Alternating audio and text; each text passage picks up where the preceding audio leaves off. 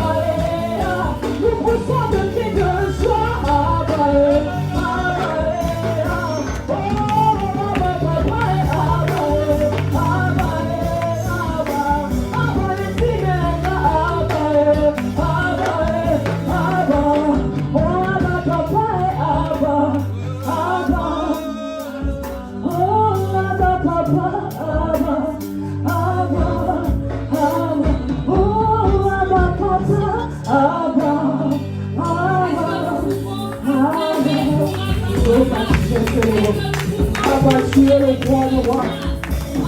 Abba le vainqueur de la tombe. Abba le ressuscité du troisième jour. Abba le Dieu tout-puissant. Abba maître suprême. Abba le divin suprême. Abba le divin roi. Abba l'encre de mon âme. Alpha, nous te faisons confiance.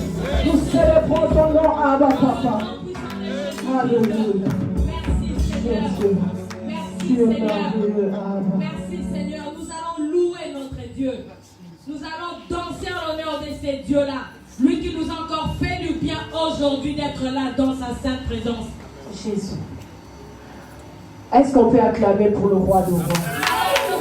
Acclamons très fort pour le roi de rois. Poussons des cris de joie. Alléluia.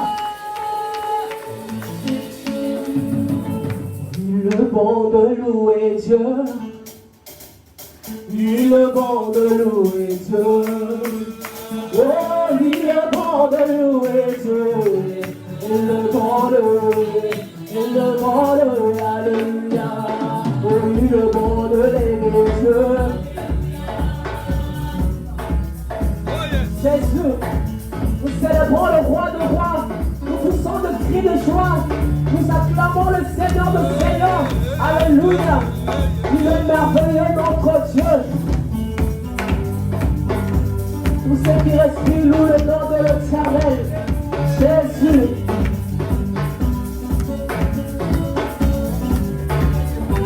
Oh, il est bon de louer Dieu.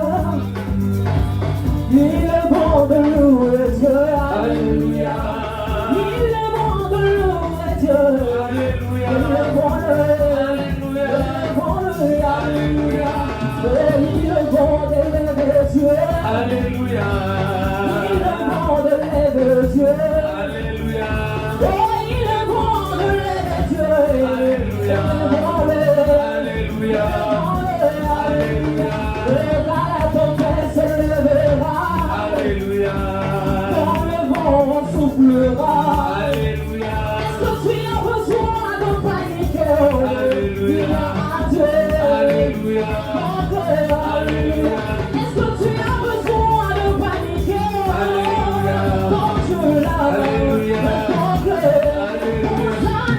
Il est bon de louer Dieu.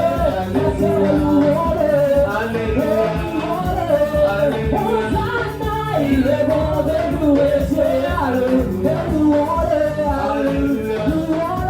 Alléluia. Merci ta famille t'abandonne. Merci ta famille ne veut plus de toi. Est-ce que tu as besoin de t'inquiéter? Il y a un Dieu. Alléluia. Alléluia.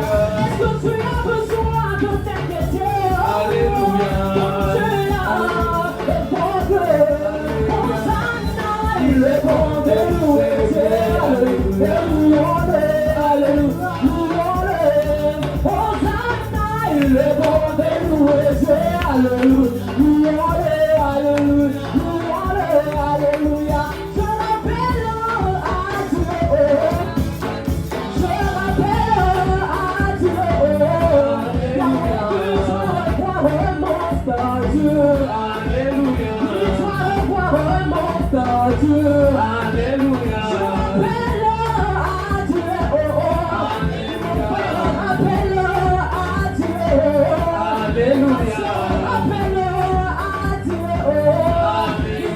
Il va revoir ton statut. Il va revoir mon statut. Il a revu celle du péché. Après ta tour dans les tombeaux. Il a revu celui de Lazare. Après ta tour dans les tombeaux. Oh, je rappelle à Dieu. Mon père rappelle à Dieu. Alléluia. Oh là-haut. Mon nom est écrit là-haut là-bas. Mon nom est écrit là-haut là-bas. Mon nom est écrit là-haut là-bas. Mon nom est écrit là-haut là-bas. Je suis pas président, mais mon nom est inscrit là-haut là-bas. Mon nom est écrit là-haut là-bas. Je suis pas milliardaire, mais mon nom est gravé là-haut là-bas. Mon nom est écrit là-haut là-bas. Je suis pas président, mais mon nom est écrit là-haut là-bas. Mon nom est écrit là-haut là-bas.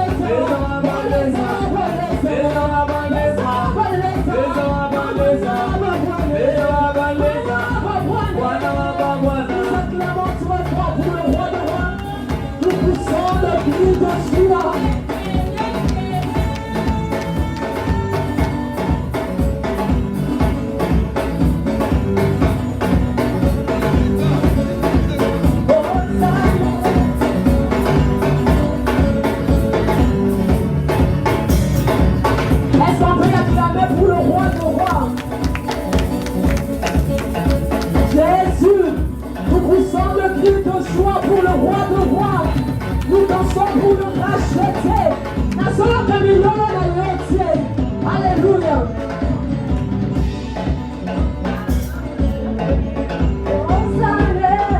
Papa na yembelio. Papa na yembelio. Osane. Papa na yembelio. Digital, c'est très bien chanté. Il vous exploite. Il faut qu'il chante aujourd'hui. Allez, louange avec Digital. Allons-y. J'ai envie de danser encore 1 minute avant de donner la parole. Alléluia. Come on, come on, come on. Hosanna, voilà, toujours. Allons-y. Jésus. 1 minute seulement. Yes.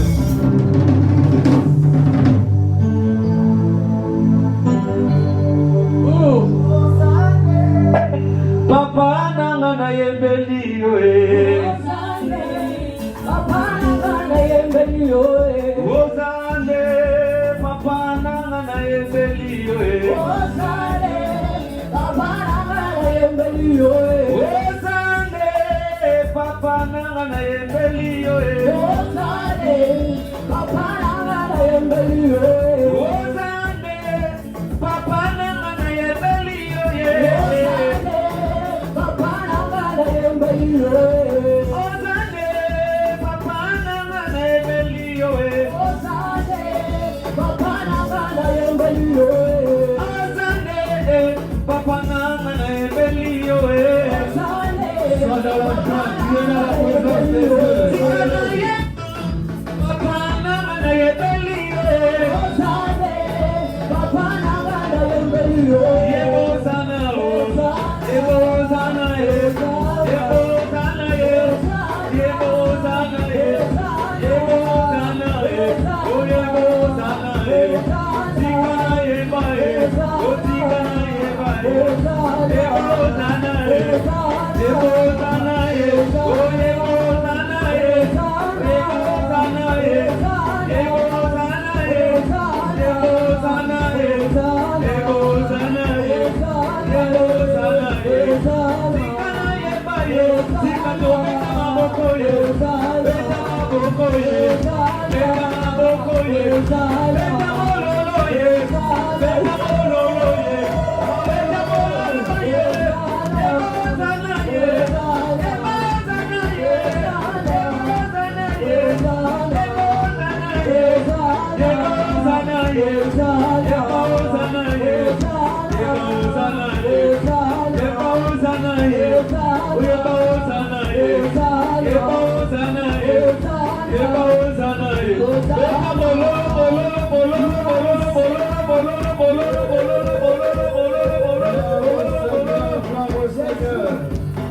Est-ce que nous pouvons pousser le cri de joie et acclamer pour notre Gloire au Dieu? Seigneur. Alléluia. Alléluia. Jésus-Christ est Seigneur. Est-ce que quelqu'un peut crier plus fort? Jésus-Christ est Seigneur. Jésus-Christ au Seigneur. Je veux que dans l'église, quelqu'un crie plus fort. Jésus-Christ est Seigneur. Jésus-Christ au Seigneur. Quand tu cries Jésus-Christ est Seigneur, tous ceux qui dominaient sur ta vie vont baisser devant le nom de Jésus. Est-ce qu'il y a quelqu'un qui peut crier plus fort? Jésus-Christ est Seigneur. Jésus-Christ au Seigneur. À la sainte présence, Jésus-Christ est Seigneur. Yes. Au milieu de nous, Jésus-Christ est Seigneur. Dans nos vies, pour tous ceux qui y croient, Jésus est Seigneur. Alléluia. Bien-aimé, tu es au meilleur endroit où tu pouvais être aujourd'hui. Oh, je te dis que tes yeux s'ouvrent maintenant pour que tu commences à voir la magnificence de la gloire de Dieu, la beauté de la présence de Dieu qui est là. Dieu est amour, bien-aimé. Lui qui t'a mis sur tes 2 pieds aujourd'hui. Toi qui étais destiné à la mort, le Seigneur t'a conservé la vie. Est-ce que tu m'entends, bien-aimé? Je dis, le Seigneur t'a conservé la vie. D'après les hommes, ça fait longtemps qu'il fallait que tu passes, que tu disparaisses. Mais le Seigneur t'a conservé la vie. Il t'a conservé la vie. Il a renouvelé ses bontés dans ta vie. Ce matin encore, tous les signes étaient là pour que tu ne sois pas dans la présence de Dieu. Mais voici que tu es là. Voici que tu es là, bien-aimé. Bénis le Seigneur. Rends grâce à Dieu. Élève son Saint-Nom. Il est présent au milieu de nous. L'éternel Dieu qui sauve. L'éternel Dieu qui arrache du tison en feu.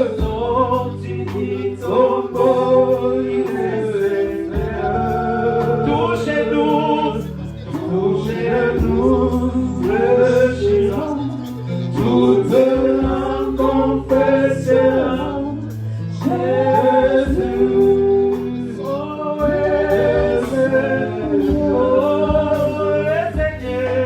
est-ce que tu peux te concentrer maintenant à écouter la parole?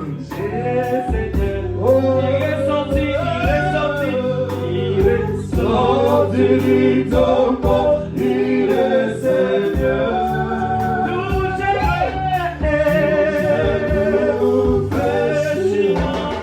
Toute langue confessera Jésus, il est Seigneur. Il a laissé les noms au-dessus de tous les noms. Il a laissé les noms au-dessus de tous les noms. Tout genou fléchira lorsqu'on parlera de l'agneau. Tout genou fléchira lorsqu'on parlera de l'agneau. Il a laissé les noms au-dessus de tous les noms. Au-dessus de tous les noms. Tout genou fléchira lorsqu'on parlera de l'agneau.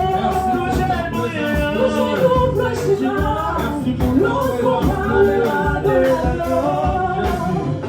Il a laissé les noyés au-dessus de tous les noyés.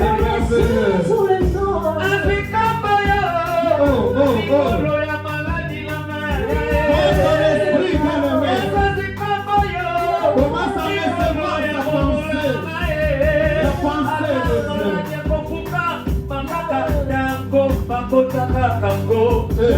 Ada pauvreté kofuka makaka, tato pakota nakako. Il a laissé les noms au-dessus de tous les noms. Il a laissé les noms au-dessus de tous les noms. Tout genou fléchira lorsqu'on parlera de l'agneau. Tout genou fléchira lorsqu'on parlera de l'agneau. Alléluia, alléluia, alléluia. Tu t'es réservé sa présence, Dieu. Tu ne sentiras pas tel que tu es. Alléluia, alléluia. Nous te soumettons ce moment de la parole. Nous te soumettons ce moment de la parole. Te prions de nous communiquer les choses éternelles qui vont nous maintenir dans la foi. Jusqu'à ton retour, nous voulons être prêts, Seigneur. Jusqu'à ton retour, Seigneur Jésus. Au jour où, selon ta parole, ô Dieu, et la trompette va sonner. Nous voulons être prêts, Seigneur Jésus. Nous avons cru pour être sauvés. Nous ne sommes pas de ceux qui s'attendent à toi pour devenir seulement millionnaires. Nous ne sommes pas de ceux qui s'attendent à toi seulement pour remplir des stades. Seigneur, nous avons nos yeux levés vers toi pour vivre avec toi pour l'éternité. Pour vivre avec toi pour l'éternité. Dans cette cité pavée d'or, ô Dieu, où tu as dit, je m'en vais vous préparer une place. Seigneur, que ma place demeure auprès de toi. Je Je veux m'attabler avec les patriarches, ensemble avec toi sur une même table aux noces de l'agneau. Voici le fond de mon cœur que je livre à toi, Éternel. C'est pour ces choses-là que je t'aime. C'est pour ces choses-là que je m'attache à toi. C'est pour ces choses-là que je suis prêt à tout donner, à manquer de tout, pour que la gloire et l'honneur te reviennent à toi qui es Dieu.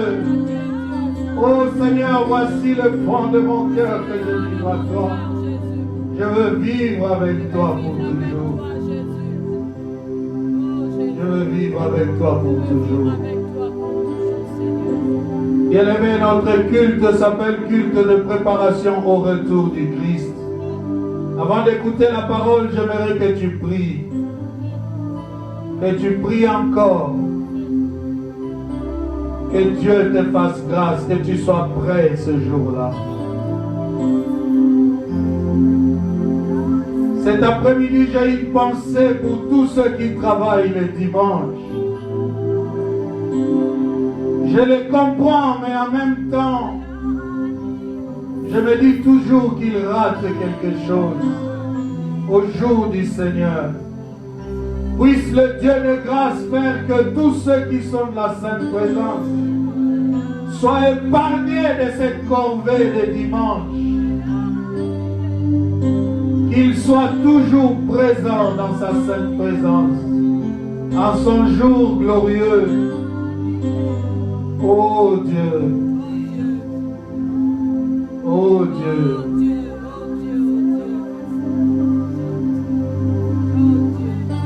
fais grâce éternelle, fais grâce.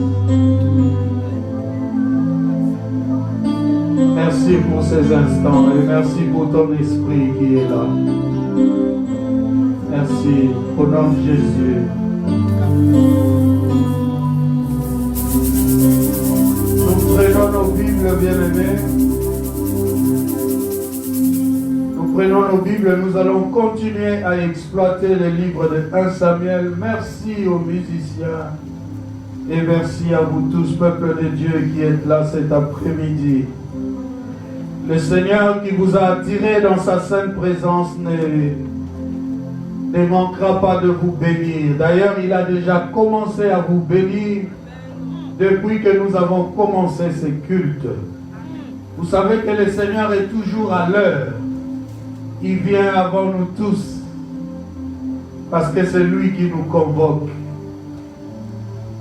Il est toujours là, bien-aimé, présent là où 2 ou 3 se réunissent en son nom.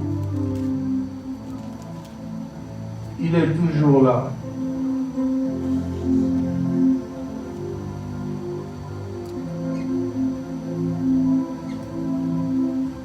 Alors, si je dis qu'on va continuer à exploiter les livres de 1 Samuel, c'est parce que depuis 2 semaines, j'ai commencé à vous parler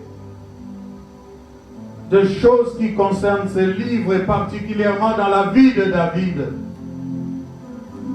J'ai commencé avec un thème que j'ai nommé « La corne est venue pour toi et pour toi seul ». Là, j'ai expliqué comment le Dieu de grâce, le Dieu de gloire, a envoyé son prophète en lui disant, 1 Samuel 16,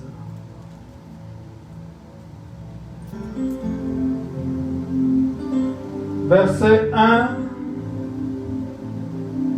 partie C. J'ai expliqué que Dieu a dit au prophète Samuel, je t'enverrai chez Isaïe, le Bethléemite, car j'ai vu parmi ses fils celui que je désire pour roi. Dieu dit à Samuel, je t'enverrai chez Isaïe, le Bethléemite, car j'ai vu parmi ses fils celui que je désire pour roi. Bien-aimé, cette entrée en la matière avec Dieu signifie une chose. C'est que Dieu peut poser ses yeux sur quelqu'un. Et lorsque Dieu a posé ses yeux sur toi, il y a une nouvelle destinée qui va commencer avec toi. Il y a de nouvelles choses qui vont commencer avec toi. Parce que Dieu, ce n'est pas n'importe qui. C'est lui que nous appelons Dieu, le créateur de toutes choses. C'est lui le maître des temps, des lieux et des circonstances. C'est lui qui a tous les moyens, bien-aimés. Il a tous les moyens entre ses mains. C'est lui qui a conçu les humains et qui les a placés sur la terre. Donc lorsqu'il pose ses yeux sur toi, des nouvelles choses commencent sur ta vie. C'est-à-dire que la vie que tu pouvais avoir avant d'être en contact avec Dieu ne peut pas être égale avec la vie que tu auras après que Dieu se soit révélé dans ta vie. Donc lorsqu'il disait, tu iras chez Isaïe, car j'ai vu parmi ses fils, c'est lui que je désire pour roi. Ça veut dire que peu importe la vie qu'avait David avant, Dieu les désire pour roi. Est-ce que vous comprenez déjà ce qu'il y a à ce niveau-là? Puisque Dieu l'a désiré pour roi, il deviendra roi. Parce que ce que Dieu dit, il finit toujours par l'accomplir. Donc si Dieu te regarde et dit, celui-là est mon serviteur, peu importe, bien-aimé, la sorcellerie qui a pu prévaloir dans ta famille, les années où toi-même tu as marché dans les ténèbres, puisque les yeux de Dieu se posent sur toi, bien-aimé, tu vas devenir ce que Dieu dit que tu es. Est-ce que quelqu'un est en train de comprendre? Il a vu David, il a envoyé son prophète pour que le prophète puisse mettre l'huile sur sa tête. Parce que c'était ça la manière d'agir de Dieu. Lorsqu'il te voit, lorsqu'il te choisit pour une tâche, il t'envoie l'onction. Bien-aimé, jusqu'aujourd'hui, Dieu le fait. Il est le même hier, aujourd'hui, éternellement. Alléluia. Aujourd'hui encore, si Dieu t'a choisi, il va mettre son onction sur toi. Peu importe si tu ne vois aucun prophète venir te dire que Dieu m'a envoyé pour mettre l'huile sur ta tête.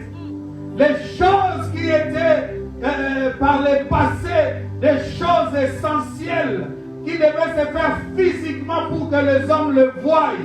Je le crois pertinemment, bien-aimé. En Jésus-Christ, ces choses s'accomplissent même lorsqu'on ne les voit pas. Amen. Parce que ce qui était l'ombre de choses à venir est venu maintenant à la réalité. Parce qu'il est écrit, Emmanuel est venu parmi nous. Dieu qui ne se faisait pas voir, Dieu qui s'est caché, lorsqu'il se manifestait, les gens étaient prêts à fuir. Ce Dieu-là s'est fait chair. Il a pris un corps d'homme. Il est venu naître par une vierge bien-aimée. C'était afin que les choses de Dieu deviennent concrètes, bien-aimés. Et Jean dit, nous l'avons contemplé. Je vous ai dit, contempler, c'est connaître par la vue. Pour l'avoir vu, nous avons eu le temps d'observer, de voir comment est-ce qu'il agissait, comment est-ce qu'il parlait, comment est-ce qu'il concevait les choses. Nous avons compris que celui-là, ce n'était pas n'importe qui, il était Dieu. Alléluia. Nous l'avons contemplé. Ça veut aussi dire, bien-aimé, que tu ne peux pas douter. Tu ne peux pas douter parce que ceux qui ont eu la même nature que toi l'ont vu de leurs yeux. Jésus n'est pas un mythe.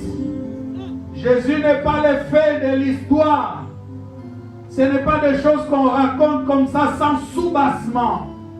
Il y a des faits réels. Il y a des lieux qui démontrent qu'il est passé par là. Il y a des choses, bien-aimés, qu'il fait encore aujourd'hui, qui montrent qu'il est vraiment vivant. Il est vivant et il est Seigneur. Alléluia. Je disais, lorsque Dieu pose ses yeux sur toi, peu importe ton passé, il va t'amener là où lui, il désire que tu sois. Alléluia. J'ai encore évolué en vous disant que Dieu qui envoie le prophète, lorsque le prophète arrive dans la famille de David, il y a Eliab qui se présente. Et aux yeux du prophète, Eliab, c'était certainement lui que Dieu avait choisi. Le prophèt allait chez Isaïe, mais il ne savait pas exactement qui on a choisi. Alors à ses yeux, lorsqu'il a vu un beau garçon, élancé, musclé, il a dit certainement, le oint de Dieu est là. Bien-aimé, l'homme regarde à ce qui frappe les yeux, mais Dieu regarde autrement. Tu peux te dire, je ne vaux rien, je ne suis pas aussi belle, je ne suis pas le plus fort dans ma famille, le plus intelligent, n'en parlons pas. Peut-être que tu n'as pas fait de bonnes études. Mais bien aimé, si les yeux de Dieu se posent sur toi, je t'assure que tu deviendras quelqu'un. Je te l'assure, bien aimé. Bannis les complexes dans ta vie. Arrête de limiter ta vie dans tes propres pensées. Commence à te dire, tout ce dont j'ai besoin, c'est que les yeux de Dieu se posent sur moi. Et quand bien même il y aurait des gens plus beaux que toi, plus belles que toi, plus riches que toi, bien-aimé, Dieu ne les choisira pas à cause de leur position. Dieu choisit à cause de ses propres raisons que les hommes ne peuvent pas comprendre. Il a dit, j'ai vu David, l'homme que je désire pour roi. L'homme selon mon cœur. Même son père n'avait pas vu cette dimension en David. Mais le Dieu de gloire, il l'a vu ainsi. Vous savez ce qu'il a dit de Job? La Bible dit qu'un jour, les fils de Dieu s'étaient réunis autour de Dieu. Et Satan aussi est venu s'incruster au milieu des enfants de Dieu. Dieu posa la question à Satan, as-tu remarqué mon serviteur Job? Pourquoi il n'a pas posé la question à ses fils? C'est parce que lui et ses fils ont la même vision. Les fils sont attachés au Père, les fils voient comme le Père. Ils demandent à celui qui est trouble fait, qui est là lorsque même on ne l'invite pas. Il s'invite lui-même pour venir déstabiliser les choses. Dieu lui dit, as-tu remarqué mon serviteur Job? Il dit mon serviteur. Ça veut dire que Dieu l'avait adopté. Dieu reconnaissait, Dieu proclamait que c'est lui qui a fait de Job son serviteur. J'aime ce Dieu bien-aimé. Il ne te réunira jamais.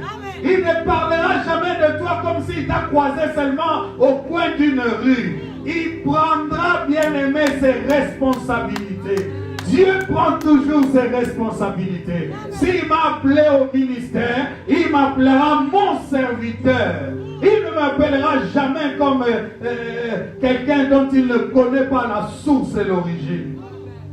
Il a dit, as-tu remarqué mon serviteur Job? Réjouis-toi, tu es serviteur de Dieu. Réjouis-toi, tu es enfant de Dieu. Les hommes peuvent te renier. Les hommes peuvent te négliger. Mais ton Dieu, il n'aura jamais honte de toi. Jésus-Christ a dit, c'est lui qui aura honte de moi devant les hommes. Moi aussi j'aurai honte de lui. Vous savez, tel que Dieu m'a appelé, je ne peux pas avoir honte de Dieu. Quelle que soit la situation dans laquelle il fait que je passe, bien-aimé, je ne peux pas avoir honte de Dieu. Parce que je sais qu'il m'a appelé et je sais ce qu'il est capable de faire lorsqu'on lui fait confiance, bien-aimé. Est-ce que quelqu'un est en train de m'écouter? Alors, peu importe si le prophète a été ébloui par la taille d'Eliab, l'huile qui est venue pour David ne passera jamais sur la tête de quelqu'un d'autre. Bien-aimé, ce qui est à toi, Dieu l'a signé. Oh, personne ne le volera. Personne ne le détournera. Personne d'autre ne peut porter le poids de cette onction sur lui. Si ce n'est toi que Dieu a choisi. je t'ai expliqué que l'Eliab, c'est tout un esprit qui s'élève contre l'élévation de David. Comment expliquer? Le prophète arrive et directement, il se dit que c'est peut-être celui-là qui est le roi. Il était prêt à le oindre.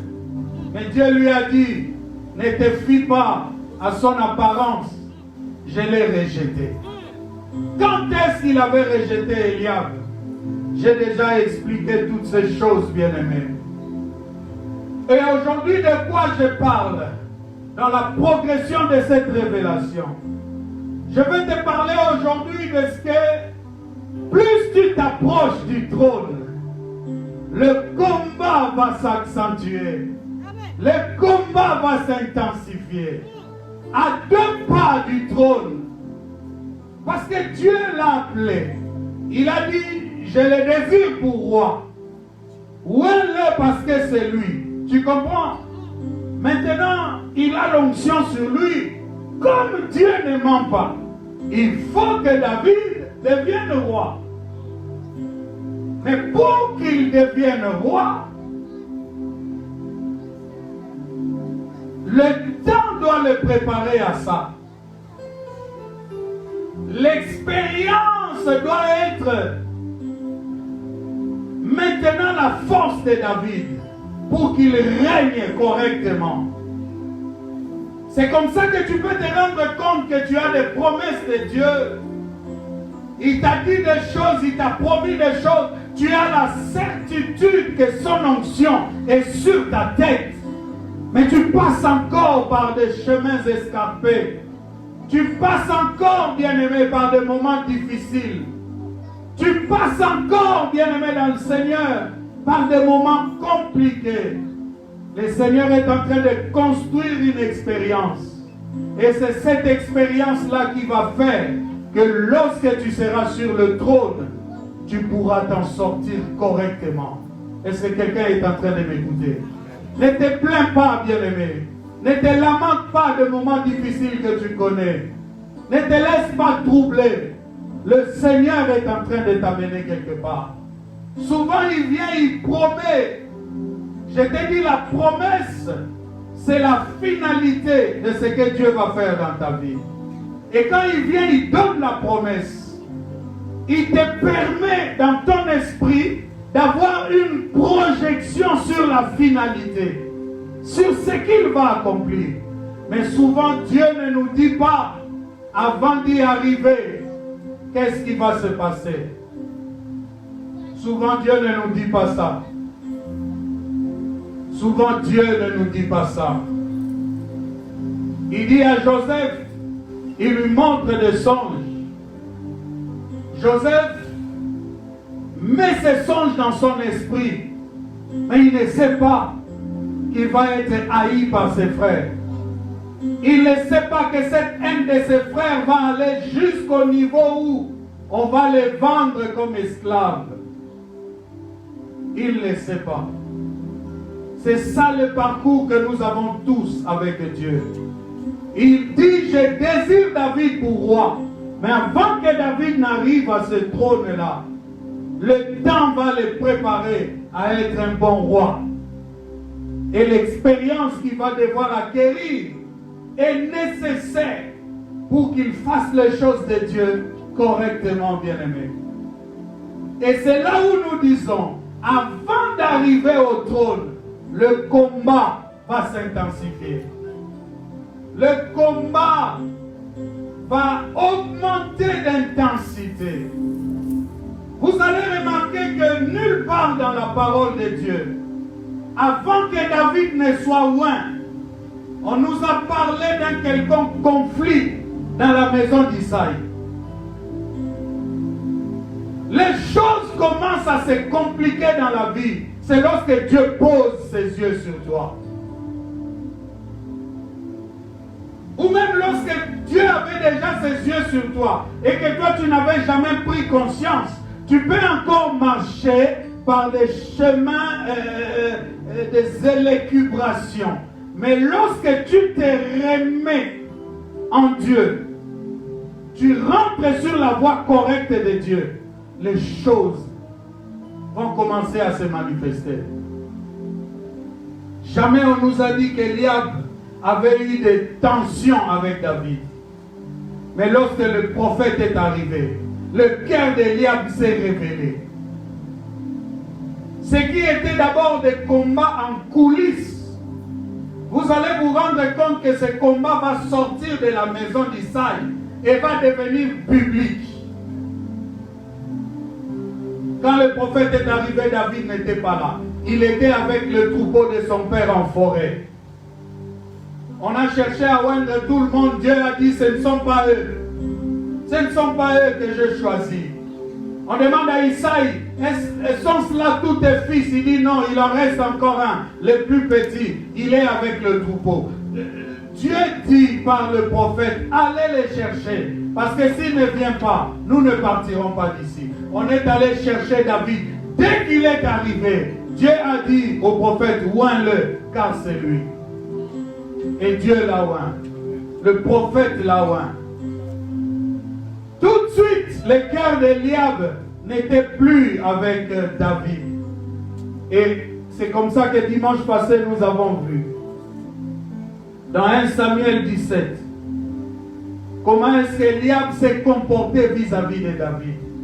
Bien-aimé, le choix de Dieu sur ta vie, l'onction, l'huile qu'il a déversée sur toi, ça va faire que des problèmes soient suscités. J'ai dit, l'onction de Dieu est le déclencheur de problèmes dans la vie des gens. Est-ce que quelqu'un est en train de comprendre ces choses? Les déclencheurs de problèmes dans la vie des gens. Tu pouvais avoir une vie apparemment simple, apparemment calme. Alléluia. Mais lorsque l'onction vient sur toi, les choses vont changer. Dès que Joseph avait vu le songe, bien-aimé, servez les gens, s'il vous plaît, il fait chaud. Dès que Joseph avait vu le songe, les choses ont changé. Le cœur de ses frères ont changé encore davantage. Alléluia. Amen. Alors dans ta vie, il en sera de même. Lorsque tu seras en difficulté, il en sera de même, bien-aimé. Les problèmes vont être suscités à cause de l'onction. Parfois tu te demandes, mais qu'est-ce que j'ai fait aux gens? Ce n'est que l'onction sur la vie, sur ta vie, qui appelle ces problèmes-là. Mais toi, ne t'inquiète pas, parce que c'est lui qui donne l'onction. L'onction en elle-même, c'est toute une protection pour toi. Est-ce que quelqu'un est avec moi? Ce n'est pas parce que nous disons que c'est le déclencheur de problèmes dans la vie des gens que l'onction est mauvaise. Non. Elle déclenche le problème, mais elle te donne aussi la solution à ces problèmes-là. L'onction appelle des ennemis, mais elle te donne aussi le pouvoir de mater ces ennemis-là. Est-ce que quelqu'un est en train de comprendre? L'onction peut même attirer la maladie, mais cette même onction-là va résoudre le problème de la maladie. Est-ce que quelqu'un est en train de comprendre? Plus tu progresses, bien-aimé, dans ta destinée, plus tu vas de l'avant, plus tu es en train de vouloir atteindre l'accomplissement de Dieu, tu vas te rendre compte que les problèmes vont se multiplier. Les difficultés vont te donner l'impression de s'accroître. Mais ce qui est mauvais chez les humains n'est pas forcément mauvais chez Dieu. Est-ce que quelqu'un est en train de comprendre? Ce qui te fait peur là, ce n'est pas forcément quelque chose qui vient pour te tuer. Ton regard sur la vie, ton regard sur l'avenir, ton regard sur les difficultés même que tu connais, doit changer à partir de ce message. Doit changer à partir de ce jour, bien-aimé. Il faut que tu saches que lorsque les choses coincent, lorsque les choses semblent vraiment trop compliquées, tu n'es plus très loin. J'ai dit, tu n'es plus très loin. de là où Dieu t'a promis qu'il va t'amener. Bien-aimé, le combat ne se soulève pas pour rien. Ce n'est pas pour rien que nous avons lu que Eliab, son frère aîné, qu'il avait entendu parler à ses hommes, fut enflammé de colère. La colère d'Eliab, c'est l'expression de combat accentué, de combat multiplié sur nos vies. Mais notre Dieu qui nous a oints, lui qui a dit, j'ai le désir pour roi. Bien-aimé, tu ne mourras pas sans vivre l'accomplissement des promesses de Dieu. Je te dis, reçois cette parole comme la parole qui vient du trône de Dieu. Oh, que tes yeux s'ouvrent, bien-aimé. Au-delà de cette salle, que tu commences à voir le Dieu qui est présent ici. Nous avons un Dieu puissant, un Dieu capable de transformer les destinées, un Dieu qui prend de la poussière et qui élève jusqu'au trône, bien-aimé. Lorsqu'il a promis des choses, il le fera. C'est toi, humain, qui regarde encore aux gens qui sont autour de toi, qui veut encore que tout le monde t'acclame, tu veux que les choses soient faciles, tu veux que les choses se fassent selon toi, tu veux que là où tu vas, tu rencontres, je ne sais pas qui d'abord pour commencer à croire. Bien-aimé, nous ne marchons pas selon la vue, nous marchons selon la foi. C'est ce qu'il a dit, bien-aimé, que je repasse tous les matins dans mon cœur. Lorsque la vie veut me montrer mes échecs, lorsque la vie veut me montrer mes limitations, moi je prends sa parole, je remets dans mon cœur. Lui qui a dit vous serez la tête et non jamais la queue. Lorsque la vie me montre que je suis la queue, moi je vois la tête. Et c'est comme ça que tu vas commencer à t'élever. Tu vas commencer à t'élever. Parce que si tu ne crois pas aux promesses de Dieu, tu peux rater leur accomplissement. J'ai dit, tu peux rater leur accomplissement. Eliab s'est enflammé de colère, comme si David était en train d'insulter sa famille, comme si David était en train de manquer de respect à Dieu. Or, David ne demandait que le renseignement. Il a posé une simple question. Ce type est en train d'insulter Israël. Mais si quelqu'un les tabasse, qu'est-ce qu'on va lui donner? Mais Eliab, son frère, au lieu de l'encourager, parce qu'on était en train de chercher qui va combattre contre Goliath, Eliab vient les décourager encore davantage. C'est ainsi que je vous ai dit, bien-aimés, le combat qui était au niveau de la maison d'Élie est sorti maintenant en public. L'humiliation, bien-aimé, n'est plus dans ta maison. C'est en dehors de ta maison. Tout le monde commence à compter les années. Tout le monde commence à se poser des questions sur toi. Bien-aimé, Dieu peut permettre que ta situation paraisse aux yeux des gens. Tu peux pas vouloir cacher tes difficultés. Dieu peut permettre que cela soit exposé. Lorsqu'il expose cela comme ça, il est en train de te faire passer encore dans un moment de lutte. Lutte à l'intérieur, l'apôtre a dit, lutte à l'extérieur.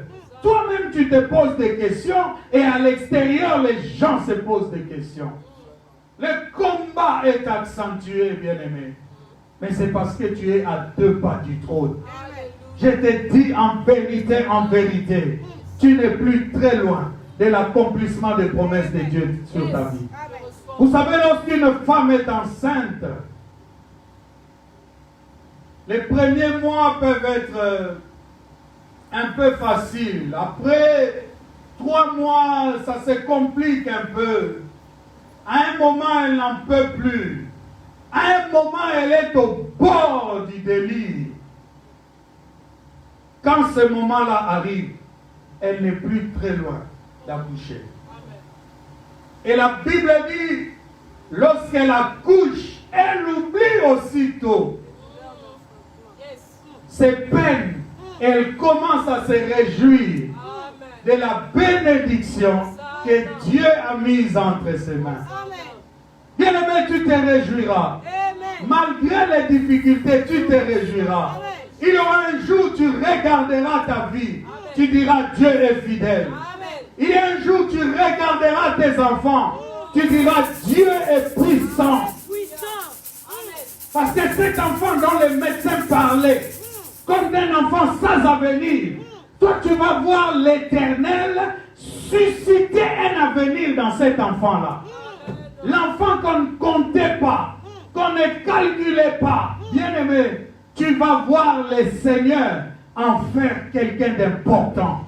Parce que lorsque Dieu a posé ses yeux sur quelqu'un, personne, bien aimé, personne ne peut dévier de cette voie de bénédiction. Mais le problème est que, avant d'y arriver, avant d'atteindre le trône, le combat va s'accentuer. David avait un problème avec Eliab. Un problème d'abord qui n'apparaissait pas. Ensuite, le problème est apparu. Parce que même les gens qui étaient autour d'eux n'ont pas compris pourquoi Eliab s'est enflammé comme ça. Mais vous allez voir par la suite, après Eliab, le combat ne s'est pas arrêté. Si vous prenez le chapitre de 1 Samuel, après 17, vous lisez les commencements des chapitres, vous allez vous rendre compte comment le combat s'est accentué dans la vie de David. Je peux vous faire une petite démonstration si vous voulez. Dans 17 là, lorsque tu progresses, tu vas au verset 12, tu vas lire « Or David était fils de cet Ephratien de Bethléem de Juda nommé Isaï, qui avait 8 fils, et qui, du temps de Saoul, était vieux, avancé en âge. Les 3 fils d'Isaïe avaient suivi Saoul à la guerre.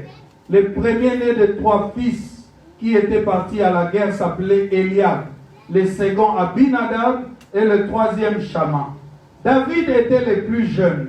Et lorsque les 3 eurent suivi Saoul, David s'en alla de chez Saoul et revint à Bethléem pour faire paître les brebis de son père. Mettez Emmanuela sur ma chaise, s'il vous plaît. Elle a besoin d'onction.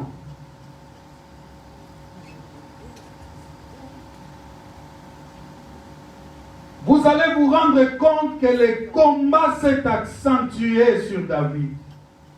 Au chapitre 17, nous avons vu encore la manifestation d'Eliab. N'est-ce pas? Lorsqu'on progresse dans la révélation, tu prends le verset 18, tu vas te rendre compte de ceci. David entre maintenant dans la cour du roi. Alléluia. Amen. Il entre maintenant dans la cour du roi. Le combat qui était au niveau d'Eliab, laisse Eliab, passe maintenant chez Goliath. Goliath, c'est le symbole d'un combat plus intense. C'est le symbole d'un combat plus élevé encore. Parce que lorsque Goliath est apparu, tout Israël s'est reculé. Personne n'avait la force de sortir pour le combattre. On avait changé la règle du combat. Nous n'allons pas sortir nous tous pour aller combattre. Goliath a dit, cherchez seulement un seul homme qui va combattre avec moi. Bien-aimé, ton combat peut être au niveau des questionnements, je l'ai dit. Toi-même à l'intérieur, tu te questionnes et les gens à l'extérieur demandent pourquoi sa vie est comme ça. À un moment, ça va quitter les questionnements. Ça devient frontal. Tu as l'adversaire en face. Maintenant, il faut se battre. Et on ne veut pas le combat de tout le monde. On te met toi seul face à ta destinée. Bien aimé, c'est facile. Vous savez, quand on était à l'école, lorsque vous décidez qu'on va aller taper les jeunes de l'autre école, c'est facile quand vous êtes en groupe. Mais lorsqu'on te reprend toi seul, on t'amène dans un coin. C'est là où on va savoir si tu es vraiment fort. L'influence de masse, c'est facile, bien-aimé. Alléluia. C'est comme ça qu'il est difficile pour certaines personnes de prier seules à la maison. Mais lorsqu'elles sont à l'église, tu les vois prier, sauter parce que les autres sont là. Mais le vrai moment où Dieu veut voir si tu as la foi et si tu pries, c'est quand tu es seul à la maison, bien-aimé. C'est quand tu es seul. Prends 30 minutes de prière. C'est pourquoi je conseille à certaines personnes qui ont des difficultés de prier. Quand vous êtes au culte, il faut en profiter. Parce que tu sais très bien que chez toi, tu n'as pas ce temps, tu n'as pas cette force. Mais quand tu viens encore au culte, non. Au lieu d'en profiter avec la chaleur des autres, non. Tu commences à regarder, on est combien, ils sont habillés comment. Tu perds toute ta vie par la distraction. Alors que les combats sont devant toi. Et les combats qui étaient invisibles vont devenir visibles, bien-aimés. Eliab parlait seulement, mais Goliath est venu défier tout Israël. Le combat a changé de niveau, bien-aimé. Il est devenu frontal. Bien-aimé, tel que nous sommes là, c'est pourquoi à l'église, la Bible dit priez les uns pour les autres. Tu ne connais pas mes problèmes. Tu ne connais pas mes difficultés.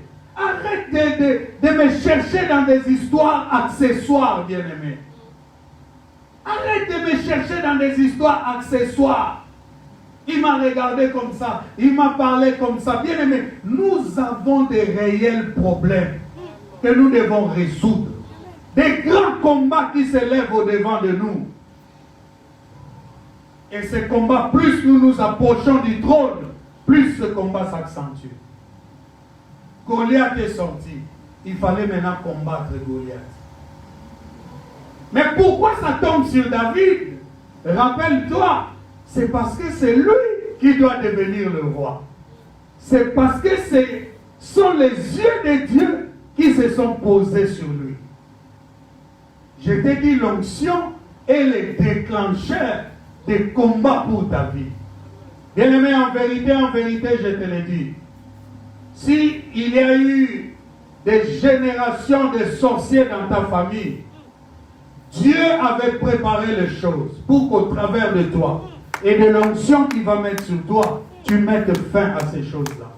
C'est Dieu lui-même qui a suscité Goliath pour que David soit élevé. C'est pourquoi lorsque les problèmes viennent devant toi, ne regarde pas d'abord la taille du problème. Pénètre la chose. Tu vas comprendre que Dieu a permis ces choses pour me lever à un certain niveau. Ce n'est pas pour rien que tu as un enfant malade. Ce n'est pas pour rien, bien-aimé, que tu as un mari difficile. Ce n'est pas pour rien que tu as un mari serviteur de Dieu. Dieu a préparé ces choses. C'est pour t'élever à une certaine dimension. Personne ne peut atteindre ce niveau-là si Dieu ne l'aime pas et si Dieu ne l'a pas choisi. Bien-aimé, il y a des gens qui sont tranquilles. Je vous dis la vérité. Asaph a commis cette erreur. Psaume 73, 74. Asaph se disait, je regarde les autres, ils sont en bonne santé, ils sont comme s'ils n'ont aucun problème. Je me suis demandé, moi, Asaph, pourquoi je crains Dieu? Puisque moi, je suis rempli de problèmes. La Bible déclare que lui-même, Asaph, s'est dit, étant rentré en moi-même. Bien aimé, il faut rentrer en soi-même pour mieux voir les problèmes qui sont devant nous. Asaph dit, étant rentré en moi-même, je me suis rendu compte que les gens qui semblent bien là dans le monde, lorsqu'ils meurent, leur nom est effacé. Personne ne s'en souvient. Mais aujourd'hui, je te parle de David, qui a connu des calamités, des problèmes et des problèmes. Aujourd'hui, on peut encore parler de lui. Bien-aimé, les difficultés vont faire de toi une star. Parce que lorsque tout le monde aura su que tu ne pouvais pas aller au-delà d'un certain niveau, mais que tu dépasses ce niveau, ça va attirer l'attention de tout le monde. Pourquoi on parle de Guinness, des records, bien-aimés? C'est parce qu'on a étudié les êtres humains, on a vu leurs limites. On a dit personne ne peut courir plus de 100 mètres en 3 secondes. Si tu le fais, tu bats les records. Tu entres dans l'histoire. Tu ne seras plus jamais effacé. C'est comme ça que Dieu a dit, j'inscrirai ton nom sur une pierre, un rocher. Ce qui est écrit sur les rochers, toi vas enlever cela. Les traces qu'il y a sur les rochers, en Normandie là, toi va enlever ça.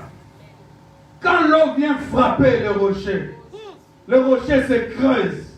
Ça taille des lignes. C'est une gravure de la main de Dieu. Les difficultés te transforment en une star. Il faut que tu voies très bien cela. Et il faut que tu saches où tu es avec Dieu. Tu vas arrêter de te plaindre. Tu vas arrêter de pleurnicher. Nous pleurons beaucoup, nous nous agitons beaucoup. Nous voyons la honte venir nous envahir. Mais nous ne voyons pas souvent la gloire qui va suivre. Quelqu'un a dit, la gloire de cette deuxième maison ne saurait être comparée, de cette maison présente, ne saurait être comparée à la gloire de la maison à venir. C'est parce que Dieu sait les choses par lesquelles il te fait passer. Ce sont des choses qui t'ennoblissent. Ce sont des choses qui te donnent une forme. Alors ne regarde pas les problèmes comme tout le monde. David, lorsqu'il est arrivé, il a regardé Goliath. Mais il n'a pas vu ce que tout Israël voyait en Goliath. Oh, est-ce que j'ai quelqu'un aujourd'hui? Tout le monde voyait un géant avec ses armures. Mais David est allé parler de Goliath sur un point. Alléluia. Qui est même caché. Mais lui, il va le découvrir. Bien-aimé, ma prière pour toi, c'est que tu sois un homme de révélation. Que tu sois un homme qui voit par-delà le visible, bien-aimé. Je veux que chaque fois que tu entreras dans cette salle, tu commences à voir la grandeur de Dieu. Que tu ne vois pas ce que les hommes voient. Que tu vois en profondeur ce que Dieu peut faire avec toi. Oh bien-aimé, je vous dis la vérité. Les gens sont allés chercher des solutions, des délivrances dans divers endroits où ils sont passés par des exercices et des exercices. Lorsqu'ils sont revenus à nous ici, je défie les gens. Je lui dis, je ne vais même pas prier pour toi. On ne va pas entrer en retraite. Je vais dire 2 mots sur toi. Si tu crois, tu as ta délivrance. Amen. Moi, ce sont des choses que j'expérimente. Parfois, on me dit, mais pourquoi ça ne passe? Il y a même des gens qui me disent, mais papa, prophétise seulement. Dis ces choses que tu n'aimes pas dire. Vous marchez par influence. Moi, je n'influence personne. Alléluia. C'est lui qui verra de lui-même, le Seigneur en moi, marchera avec moi très longtemps. Ce n'est pas celui qui sera influencé par des prophéties. J'ai donné des prophéties dans ce monde et j'ai vu aussi des gens partir loin de moi. Il y a une soeur qui est venue la première fois à l'église, j'ai prophétisé sur elle. On ne l'a plus revue. Un jour, elle s'est croisée avec maman pasteur à Jibizi. Maman pasteur lui dit, mes soeurs, Oya Kaka Okenda. La soeur lui dit, elle ne savait même pas que c'était la femme du pasteur. Il dit, le pasteur là, ça c'est plus qu'un ganga. Comment il peut donner jusqu'à la couleur de la porte de ma maison? Je ne viendrai plus à Zambikodi. Parce que ce jour-là, c'était terrible sur cette sœur. Comment savoir ce que tout Israël ne voit pas? On voyait un géant. David est venu, il a dit, quel est cet incirconcis qui insulte l'armée de l'Éternel? Israël avait une alliance avec Dieu. Et cette alliance se traduisait par un signe visible. C'était le signe de la circoncision. Donc, David savait que tout celui qui n'est pas d'Israël n'a pas ce signe-là en lui. David savait que ce signe-là, c'était un plus-value. Un plus-value dans la vie des enfants d'Israël. Bien-aimé, il faut que les choses qui sont dans ton alliance avec Dieu soient des choses, bien-aimées, dont tu connais la valeur. C'est pourquoi il a dit, je te bénis de ce que tu as caché ces choses aux sages et aux intelligents. C'est lui qui parle comme ça, c'est que ce que moi j'ai reçu, ce n'est pas ce que tout le monde a reçu. Nous avons des enfants de Dieu aujourd'hui qui marchent comme s'ils étaient des communs des mortels. Et c'est comme ça que vous allez trouver un chantre qui chante pour Dieu. Lorsqu'il va aussi chez Abed Achour, il commence à chanter pour Abed Achour, il enlève Jésus, il met Abed Achour. C'est parce que ce garçon ne comprend pas que les choses qu'il a reçues en lui, même s'il a faim, même si le monde ne les voit pas, ce sont des choses de valeur qu'Abed Achour n'aura pas par l'argent, à moins que lui aussi croie en Dieu. Aujourd'hui, on veut nous faire croire, bien-aimés dans le Seigneur, que ceux qui ont l'argent, c'est à nous d'aller vers eux. Bien-aimé, élève ta foi en Dieu. Fais les œuvres de l'Éternel. Tu verras que ce sont ces gens-là qui viendront vers toi. Nous ne courons pas après les richesses, bien-aimés. Malheur aux églises qui ne montrent aux gens que les richesses. Nous sommes ici pour parler de Jésus. Un Jésus qui peut te prendre de la poussière et t'amener jusqu'au trône. Mais avant que tu n'atteignes ce trône, tu passeras par des épreuves. Ne crains pas ces épreuves. Regarde ces épreuves et trouve en elles ce qu'il n'y a pas. Alléluia. Chez Israël. Il a dit, quel est cet incirconcis qui insulte l'armée du Dieu très haut? Donc nous sommes circoncis, ce n'est pas pour rien. Ce n'est pas pour que cet incirconcis vienne nous insulter. Nous regardons le combat aujourd'hui, nous lâchons prise. Nous disons, nous ne nous en sortirons pas. Ce combat est perdu d'avance. Face à Covid aujourd'hui, même les hommes de Dieu n'ont plus le langage de la foi. Alléluia. Tous sont en train de trembler. Les vaccins font trembler. Dois-je vous dire d'aller vous vacciner ou pas? Les hommes de Dieu, les porteurs du message, ceux qui nous ont dit qu'ils écoutent Dieu, ils le voient, ils sont incapables de parler. C'est parce que le combat s'est accentué. Mais Dieu a dit une chose, vous verrez désormais la différence entre ceux qui me servent et ceux qui ne me servent pas.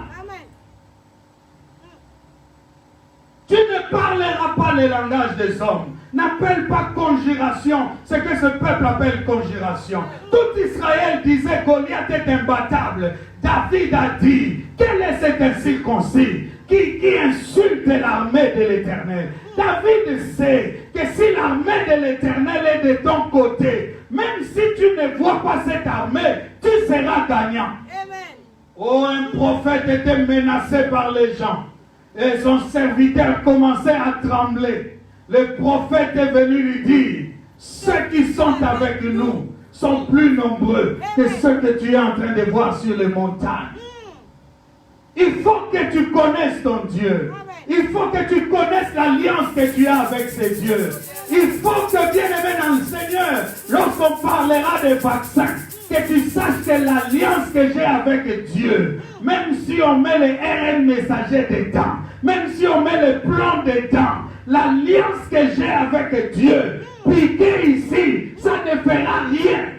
Le projet que vous avez derrière ces choses ne s'accompliront pas dans ma vie. Parce que si je vis, ce n'est plus moi qui vis, c'est Christ qui vit en moi. Quel est cet homme? Quelle est cette puissance? Quel est ce vaccin? Quel est ce médicament qui va venir tuer le Christ en moi?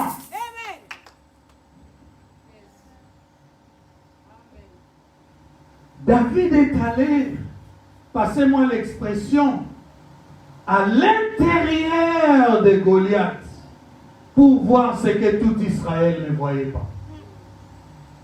Et lorsqu'il a su que celui-là c'est un incirconcis ne peut pas battre un circoncis. Je répète encore puisque tu ne m'as pas dit Amen. Un incirconcis ne peut pas battre un circoncis. Vous savez pourquoi? Parce que la circoncision, ce n'était pas pour faire mal aux enfants d'Israël. C'était le signe que maintenant vous m'appartenez. Je dis maintenant et je répète, c'est là où tu vas me dire un bon amen.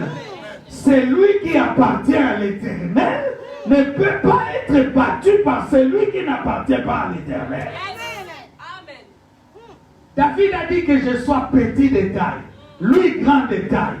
Puisque j'appartiens à l'Éternel, il ne peut pas me battre.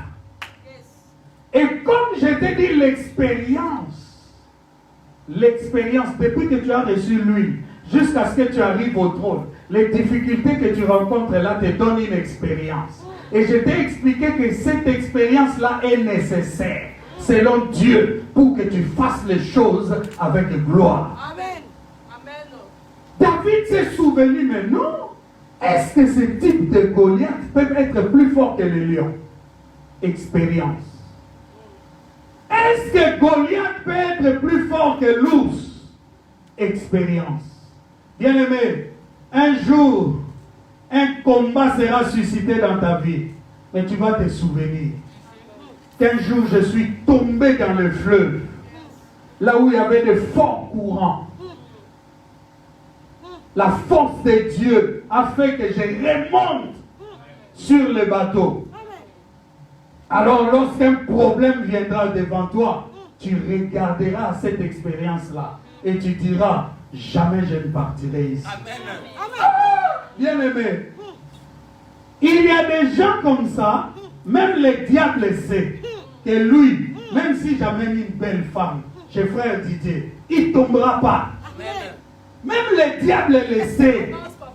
Il peut te chercher dans l'argent, il peut te chercher dans autre chose, pas chez les femmes. Pourquoi? Parce que tu es passé par des épreuves. Bien-aimé, les plus malheureux, ce sont ceux qui échouent à la porte du trône. Tu fais 10 ans de chasteté. Tu étais encore jeune parce que tu crois en Dieu. Tu as dit, moi je ne veux pas faire comme les jeunes de mon époque. Je vais attendre d'aller jusqu'au mariage.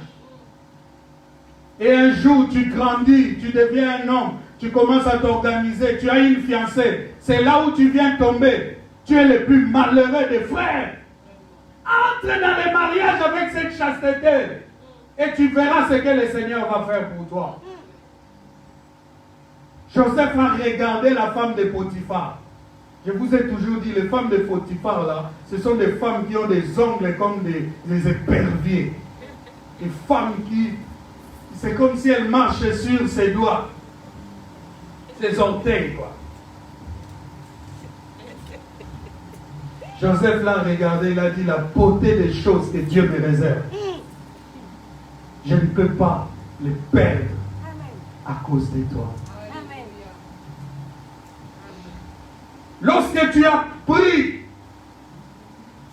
un chemin avec Dieu, lorsque tu as un parcours avec Dieu, lorsque tu as acquis une expérience avec Dieu, ne lâche plus, bien-aimé. Les difficultés vont s'augmenter, mais toi ne lâche pas.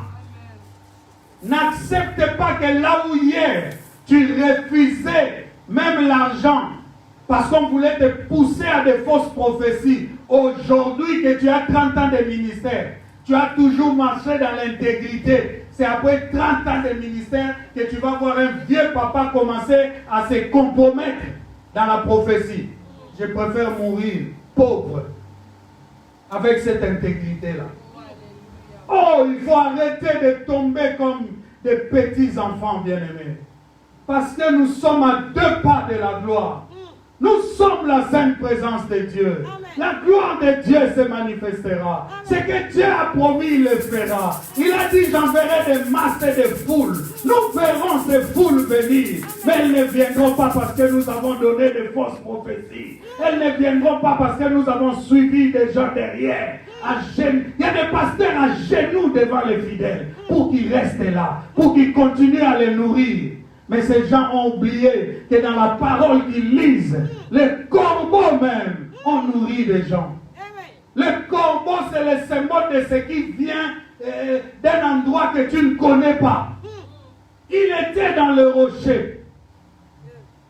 Et un oiseau lui amenait le pain, les gâteaux et la viande.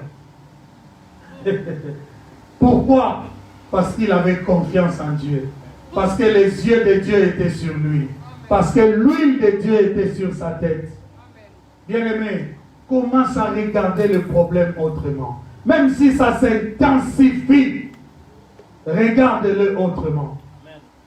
Tu seras tenté. Hein? J'ai dit tu seras tenté. Surtout nous qui proclamons ces choses comme ça du haut de la chair. Nous sommes devenus des cibles. Mais nous ne parlons pas par la chair. Nous parlons avec conviction et foi. Et nous savons que c'est Dieu qui va nous soutenir. Amen. Le combat est passé d'Eliab, c'est atterri chez David et chez Goliath. Comme si c'était fini, non? Après Goliath, il y a encore Saoul lui-même maintenant. On t'a oué pourquoi? Pour aller sur le trône. Mais tu vas trouver le roi qui trône là-bas. Tu vas trouver le roi qui règne. Bien-aimé, il y a des gens qui ont signé des pactes dans ta famille pour être toujours la tête de la famille. Toi, Dieu vient, il te dit, je mets l'huile sur toi, tu deviendras le chef de famille. Tu as souri le jour où tu as eu la prophétie. C'est au travers de toi que toute la famille sera bénie. Oui, ok, mais il y a des gens qui règnent déjà. Il y a des gens qui sont positionnés dans cette même famille. Ils te laisseront passer. Ils t'acclameront. C'est pourquoi Dieu te prépare déjà. Par le parcours de la difficulté, il te forme déjà. Il est en train de préparer. Quand tu accèdes à ce niveau, tu seras invincible. C'est comme ça que, bien aimé, nous voyons même le combat quitter Goliath. Malgré tous les succès qu'il a eu avec Goliath. La Bible dit d'abord que le roi lui a donné une femme pour que cette femme-là soit un combat pour lui dans la maison. La fille de Saoul.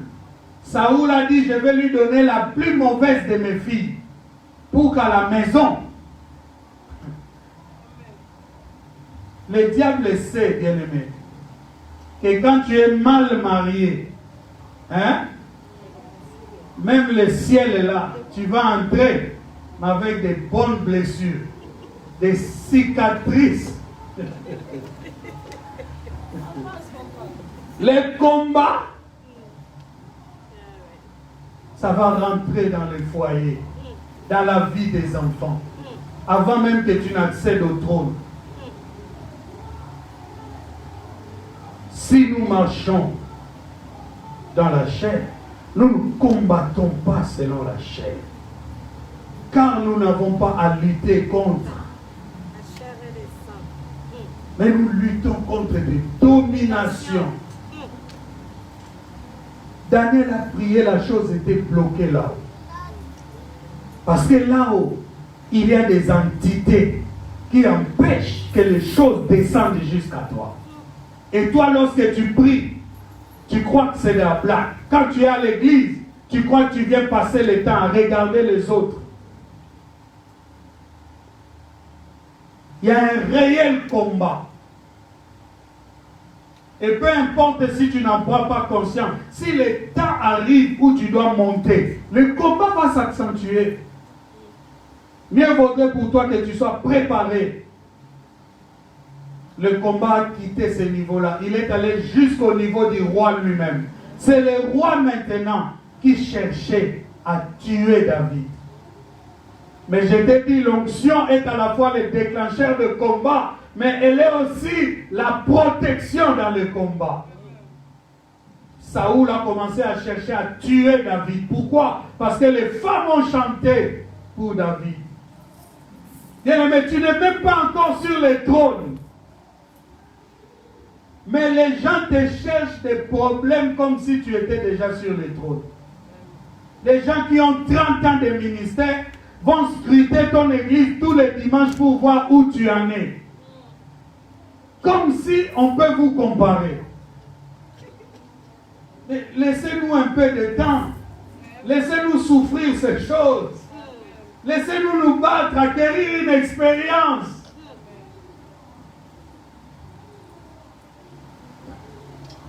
Lorsque tu verras, même dans ta famille, ceux qui ont 25 ans, 30 ans d'avance sur toi, sur certaines choses, commencer à se comparer à toi. Bien-aimé, ne pleure pas. Lorsqu'ils te chasseront de chez eux, ne te lamente pas. Comprends seulement que le message est déjà passé. Que celui-là est venu ici pour monter plus que nous.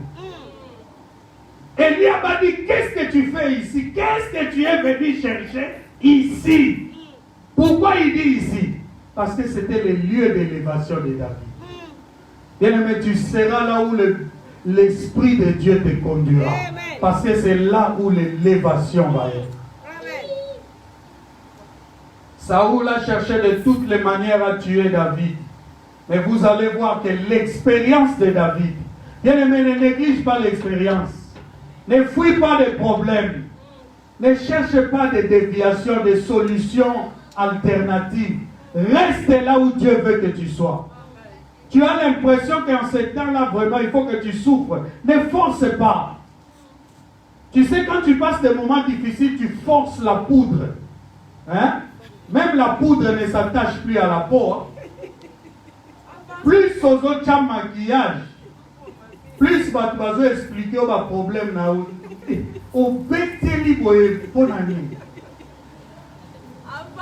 Laisse que les gens célèbrent qu'au bête de la nayo. Comme ça, lorsque tu changeras, tout le monde verra. Parce que c'est une expérience. Tu auras une parole. Tu auras un message à donner aux gens. C'est le plus important pour Dieu. Bien aimé, en un clin d'œil, Dieu peut faire de toi un milliardaire. Comme les gens aiment prêcher aujourd'hui. Mais ce qui importe chez Dieu, c'est l'expérience et le message que tu auras. Quand je suis ici, je parle depuis 1 heure. Tu vas te croire que c'est facile, que je te donne le micro. Tu ne feras même pas 10 minutes ici, c'est quelqu'un. Ou comment? Alléluia, alléluia, alléluia, alléluia. Prions. Je parle depuis 1 heure. Je ne suis pas le meilleur prédicateur, mais j'ai cette expérience-là. Je peux parler pendant des heures et je dis de bonnes choses parce que j'ai la grâce de Dieu. L'expérience a sauvé David devant Saoul. Je suis en train d'atterrir. Il était roi, mais comme il n'a pas forcément souffert, il n'avait pas cette expérience qu'avait David. Écoute cette révélation. Lorsque les ânesses du père de Saoul ont été perdues, pour qu'il aille rencontrer le prophète et qu'on puisse le oindre pour roi, il était parti avec un domestique.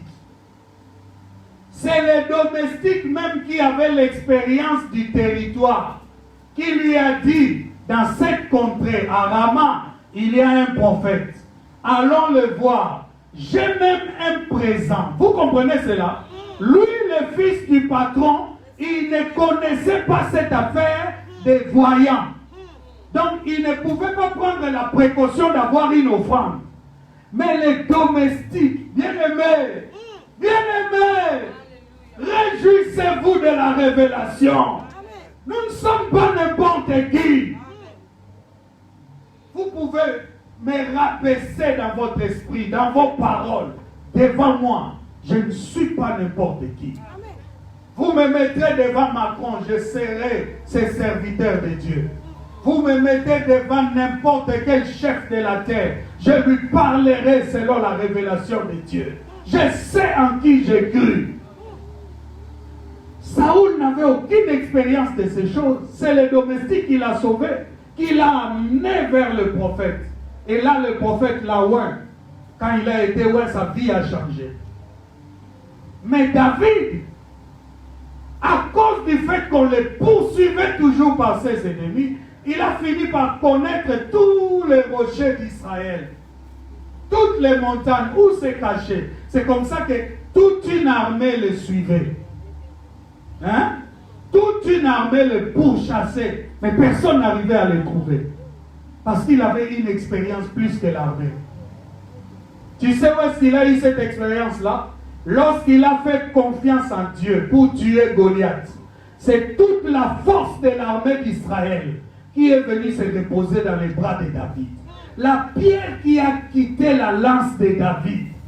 Bien-aimé, ce n'était pas par la force de ses bras, c'était par la force de l'armée de l'Éternel. Dieu est descendu dans les bras de David. Bien-aimé, celui qui fait confiance à Dieu, Dieu descendra dans ses bras. Joseph avait confiance en Dieu. Il n'a pas voulu tomber avec la femme de Potiphar. La Bible dit tout ce qui touchait Joseph s'est multiplié et était béni. C'est comme ça dimanche passé, j'ai dit, le problème ce n'est pas de faire des entreprises, c'est d'avoir des mains bénies. Quand tu as des mains bénies, Dieu attendait, Jérôme, que tes mains soient bénies.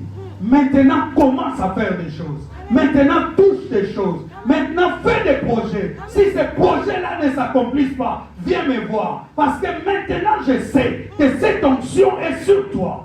Tu n'es plus la même personne que quand tu es arrivé ici. Et le Seigneur atteste par son esprit qui me parle maintenant pour te dire, il y a une onction qui descend sur toi maintenant. Il y a une puissance qui te touche là où tu es assis maintenant. Tes mains commencent à briller. Ça va attirer des faveurs de partout. Et mon Dieu est en train de faire un travail de récupération dans ta vie. Il te redonnera les années qu'on dévorait la sauterelle. Tu avais parfois l'impression de ne pas avoir atteint le niveau que tu voulais. Mais Dieu me dit de te dire, aujourd'hui encore, sur sa parole, jette le filet. Jette le filet. J'ai dit jette le filet. Toute la nuit tu n'as rien eu. Mais jette le filet cet après-midi. Et tu vas voir ce que le Seigneur va faire pour toi. Quand on cherchait David, il savait où se cacher. Il se cachait tellement bien qu'un jour, le roi fatigué de les chercher est venu s'asseoir devant un trou de rocher. Mais David était à l'intérieur avec ses gens. Même ces gens lui ont dit, achevons-le maintenant pour que tu entres au trône. David a dit non, on ne touchera pas à celui qui a reçu l'huile de Dieu. David a seulement coupé le bout du manteau du roi. Et lorsque le roi est arrivé au loin, David a sorti le bout du tissu. Il lui a dit, roi, j'étais prêt à te tuer aujourd'hui. Regarde même sur ton manteau. Tu vas voir qu'il y a un trou. Il faut voir la vitesse avec laquelle Saoul s'était tourné pour regarder les trous. Et lorsqu'il a fait ça, il a vu qu'il y avait réellement un trou. Il a dit, mon fils David, je suis méchant. J'ai toujours cherché à te tuer alors que tu ne me veux que du bien. Mais il mentait encore.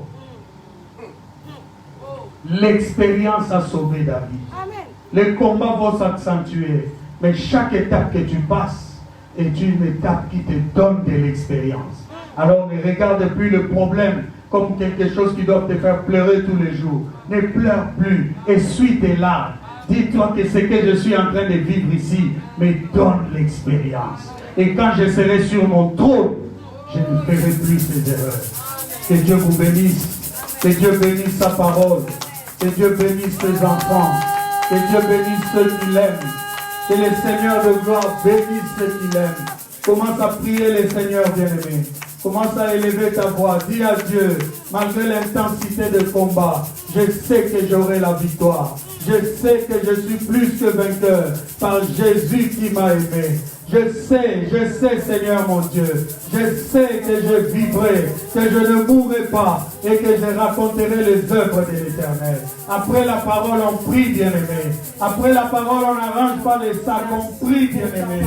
On prie pour saisir la parole. On prie pour saisir la parole. On prie pour saisir la parole. encore de zèle éternel de salut. Que cette parole nous donne encore du courage d'avancer, Seigneur de gloire. Oh, éternel de salut, que cette parole, éternel mon Dieu, puisse marcher avec moi, Seigneur. Alléluia, Jésus. Merci. Tu ne me veux pas du mal. Tu ne me veux pas du mal. Tu ne me veux pas du mal, Seigneur. Allons-y, allons-y. Tu ne me veux pas du mal. Tout ce que tu fais, c'est pour mon bien, Seigneur. Oh, combien ça coûterait. Hey, à la croix, il a pris ma place. Un Dieu s'est donné. Oh, je ne peux imaginer. Oh, combien ça coûterait. À la croix, il a pris ma place. Bien-aimé, écoute-moi, tu as des graves combats dans ta vie. Arrête de regarder comme ça. Prie le Seigneur. Dis-lui d'abord, je sais, je comprends pourquoi j'ai tous ces combats. Je sais pourquoi je suis combattu. C'est parce que j'ai une grande étoile. C'est parce que tes yeux se sont posés sur moi. C'est parce que tu m'aimes, ô Éternel. C'est parce que tu veux m'amener sur mon trône. Alléluia. Plus fort, comment?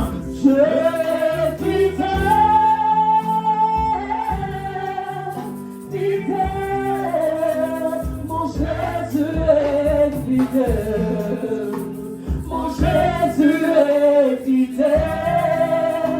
Mon Jésus est fidèle. Mon Jésus est fidèle. Parle-lui de toutes les humiliations que tu as connues. Tu as été humilié, chassé chez les gens. Tu as appris qu'on se moque de ton enfant. Oh mon Jésus, mon rocher, ma vie. Mon Jésus est fidèle. Mon Jésus est fidèle. Levez-vous, bien-aimés, levez-vous pour recevoir le feu de Dieu. Levez-vous et levez vos mains. Jésus est fidèle. Jésus est fidèle. Alléluia.